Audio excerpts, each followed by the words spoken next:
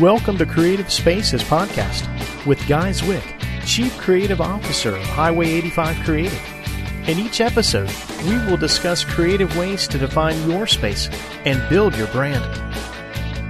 Welcome to the show, people. You've tuned into the creative space. He laughs every time I do it and then says I'm good at it.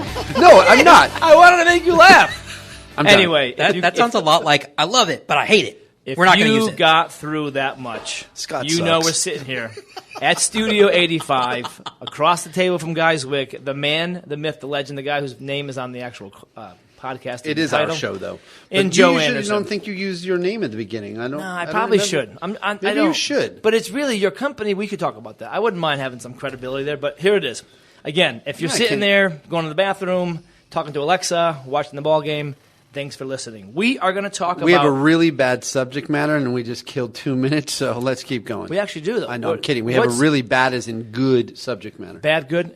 I'm going to have Guy Zwick himself introduce the title of the topic of today's chat. Guy, what are we talking about today? Just kidding. That was on purpose.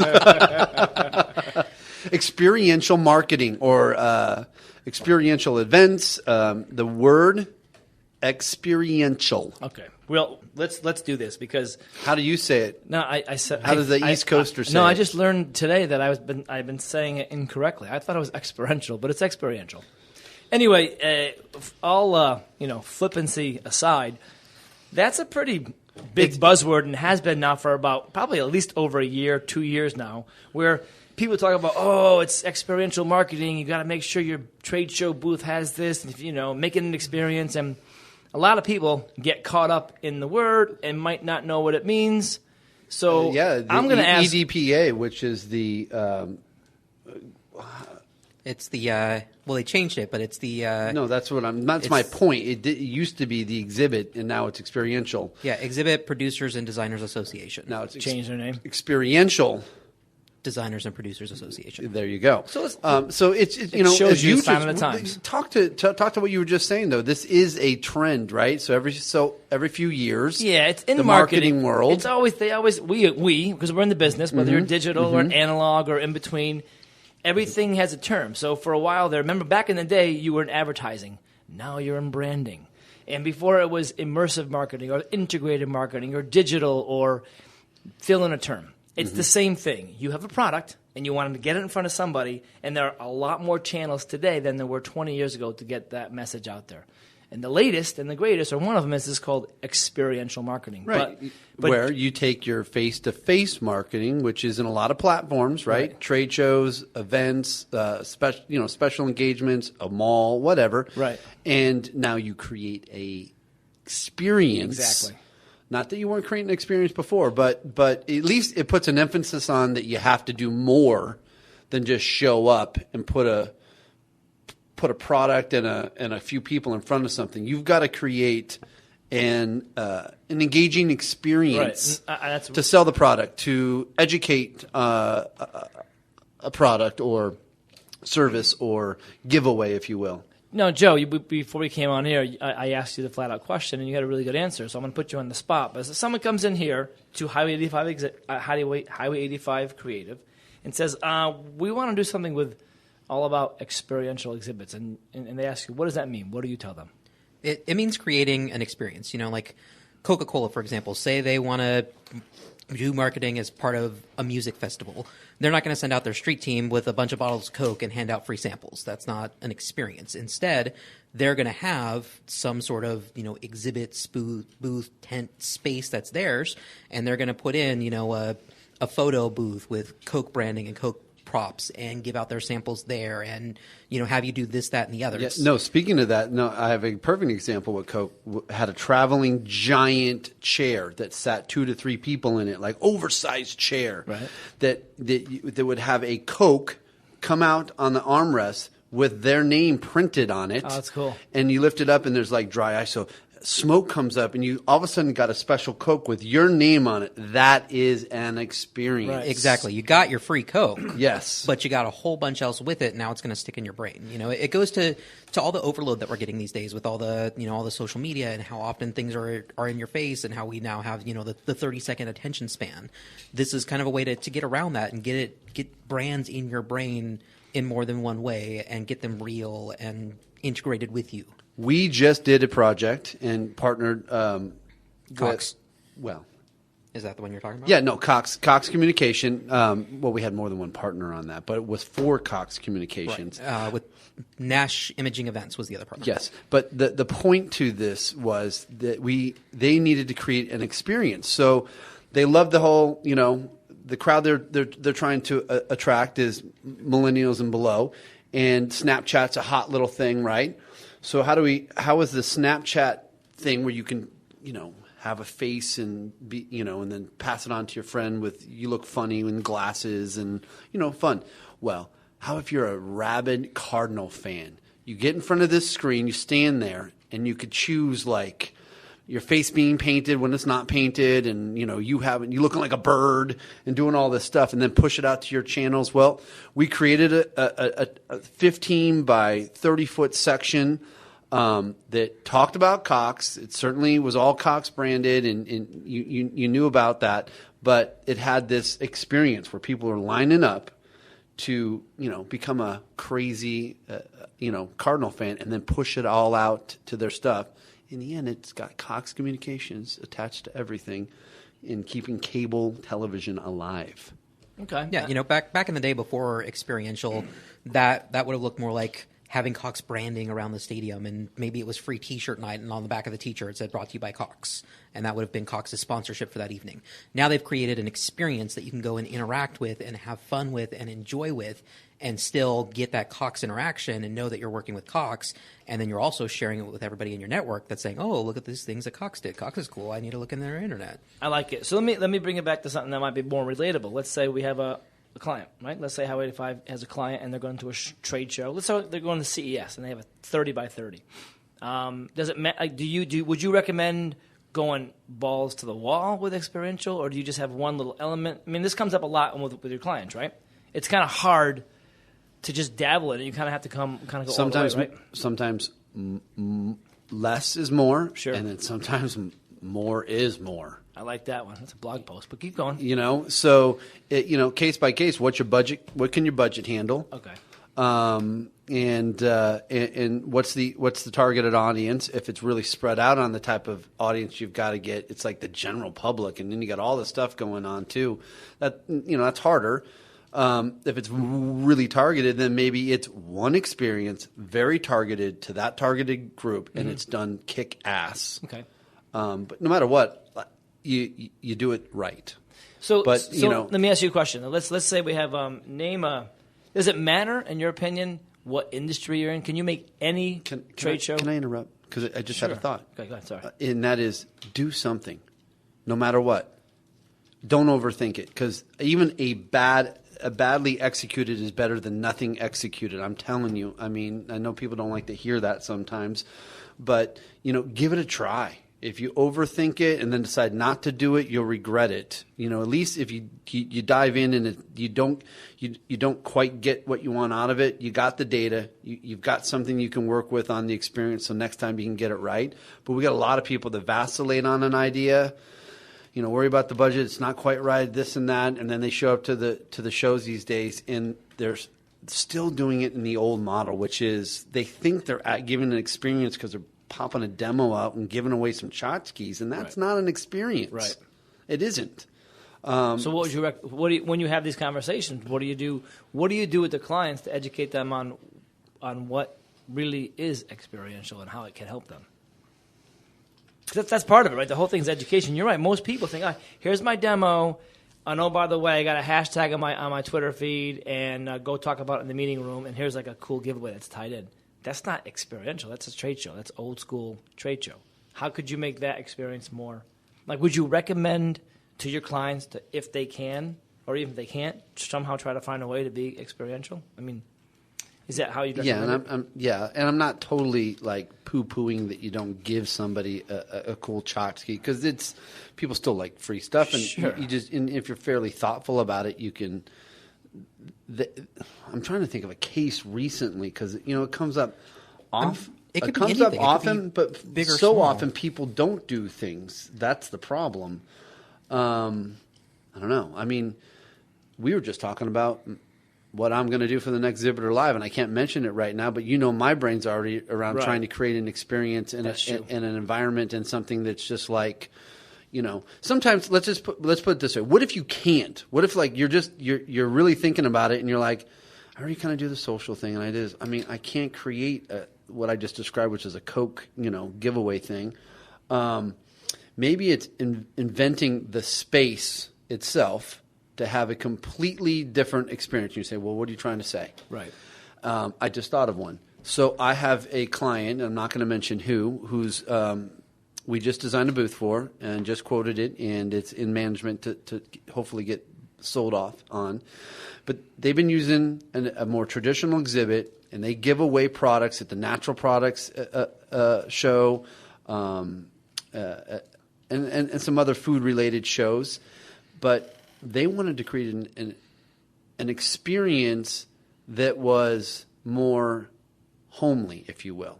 So what we ended, when I say homely, the environment feels like you're at home. Right. And where we've decided to add an experience they didn't have, which is how does their product get used in cooking type scenarios. So we've got a Rachel Ray looking kitchen going on, right? That when that show's not going on is also typical like giveaway of the product themselves that they do, which used to be just counters on the edges and the corners with someone operating and handing it in the aisle, is now like you at one point will be a part of the show, Right. And the speaker's going and the guy's like, the British guy comes out and does his, that's infomercial type thing. But you know what I mean? Gives the kind of fun thing going. And then it turns into, you still got to come in and engage. And what we did for the environment is as you come in, we created I wouldn't say a cafeteria style because it's an upgrade over that, but it's more of all kinds of chairs and lounges to come hang out. And, listen, the product we're giving away isn't like we're giving away food. It's an additive to foods. Right. But we've created it like you're coming into a cooking class, and then you're going to sit here and eat a 5-star meal and stuff. So it's completely different than a traditional booth that they've had. And we don't have a magic pill. It's more about the booth architecture, the way the environment has been laid out, and this interplay with now creating a little show, if you will, at time versions. And I that's well said.